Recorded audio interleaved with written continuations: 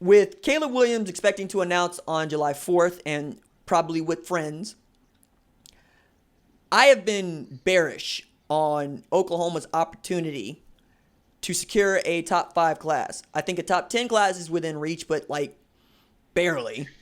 And the way that other schools have been recruiting has been quite literally twice as much as Oklahoma when we're talking about commitments. But then we are expecting a historic amount of decommitments. So how do you feel about how Riley is actually stacking this class? Yeah, it's interesting. I'm one who has kind of erred on the top 5 as maybe a little bit out of reach unless they land some absolute monsters. I mean, the Egbuka race is going to be interesting. The JT Tuimoloau thing, depending on how much the Egbuka relationship pans out there, maybe they can get in there. But, I mean, at the end of the day, if you really look at it, I mean, Oklahoma, they're really not in on too many true 5-star guys. No. As you've laid out in the past, I mean, you want a top 5 class, you got to have some 5-star guys. Yeah. And I think when you look at it, Caleb Williams, definitely the favorite. Camar Wheaton, probably OU the favorite there, although that one's a little bit more up in the air. But outside of that, I mean, what happens if Egbuka announces, okay, you got 3, but I mean, heck, it seemed like Oklahoma had 3 or 4 in that 2019 class, and they didn't get there. So I think that it's a good class. I like the fact that they're going out and they're getting guys that they have identified and they're hoping to get. My big thing is, you've mentioned it, the decommitment thing is going to be an absolute mess because from all accounts, several programs are going to be going after dudes that are already committed to Oklahoma. I mean, I'm someone who believes Mario Williams is going to be an incredibly hot commodity. Oh, yeah. As we get closer to December, especially because the way that Christian Leary just got swooped. Like, I mean, God, yeah, it was easy. Yeah. I mean, we all had him as an OU lean, and he resets his date, and then here comes Nick Saban, and hey, we're going to have you play the capstone, which is Jalen Waddle's slot position. I'm going, well, that's a difficult argument to make because if you look at Oklahoma, how many slot guys have they announced as the heir apparents to anything? I mean, those dudes can play slot, but they make their living on the numbers. You know, CeeDee Lamb, Sterling Shepard, D.D. Westbrook, all numbers players who could move inside, not unlike Jerry Jeudy. I'm sorry, I didn't mean to cut you off, but I needed to jump in there about what you were saying. Mario Williams will be a hot commodity, and I'm not so certain they get to hold on to him.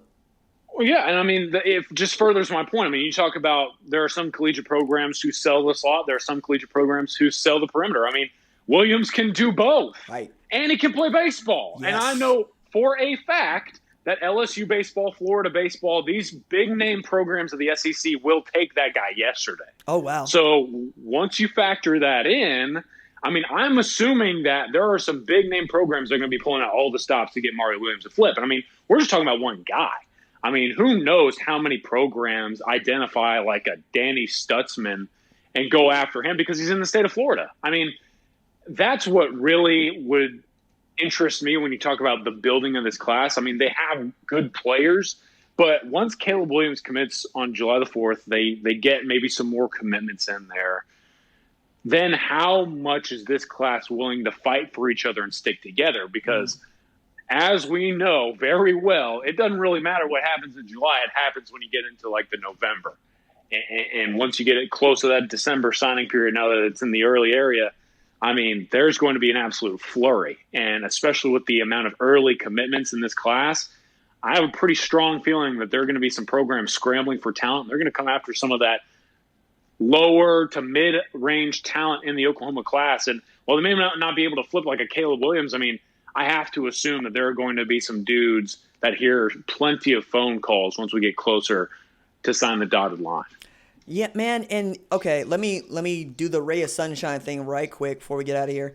Bryce Foster's still on the board, but considered an OU lean. Savion Byrd is still on the board, and maybe people back off of him because he took a 40 spot drop in the latest rankings.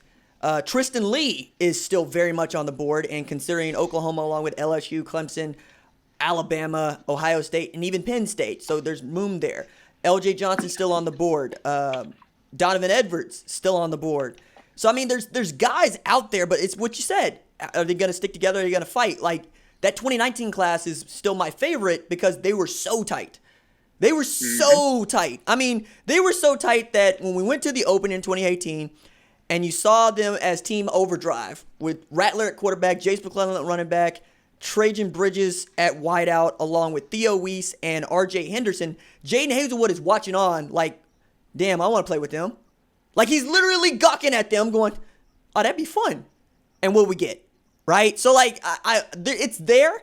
It's just real hard to say that all of those delicious assortments of players and talent are going to be all in on Oklahoma without some real moving and some real shaking, because Sam Pittman is now coming into this area to take the Tulsa talent that I keep telling everybody is here. I mean, A.J. Green, committed as a running back.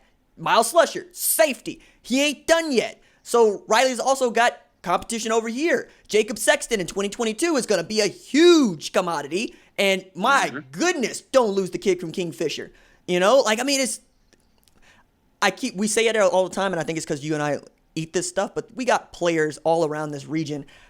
I just wonder, you know, how hard is it going to be for Oklahoma to keep the kids that are coming from Florida, that are coming from Georgia? Because the track record right now, it ain't been great, dog. It ain't been great here of late.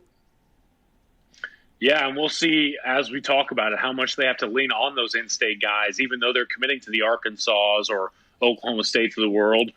Who knows? Maybe they have to circle back and re-identify some talent in their own backyard. But again, there are so many things that have to take place from here. And then, I mean, the Caleb Williams announcement, if it goes the way that we assume, man, that's going to be a big, big day 100%. for OU fans. And once that happens, anything could take place. And I mean anything. We have literally no idea what the recruiting picture could look like once the number one quarterback in the nation potentially joins Lincoln Riley and Norman. So you just simply have to take these things with a grain of salt, always be reevaluating your board. And at the end of it all, I mean, I still believe that Oklahoma is going to be in great standing once this 2021 class concludes. Is there something you want to talk about that we didn't talk about? I think that's it, man. It's been fun. All right, brother. That is Colin Kennedy. Give him a follow on the Twitters at ckennedy247. That is ckennedy247. Does excellent work over at ouinsider.com. You also know that Brandon Drum is there with daily, sometimes twice daily updates on what is going on in the recruiting, getting the scuttle for you. I am pitching in as much as I can, where I can, filling in gaps for these dudes who are doing outstanding work. I have deleted my Twitter account. We will talk to y'all next week. Deuces.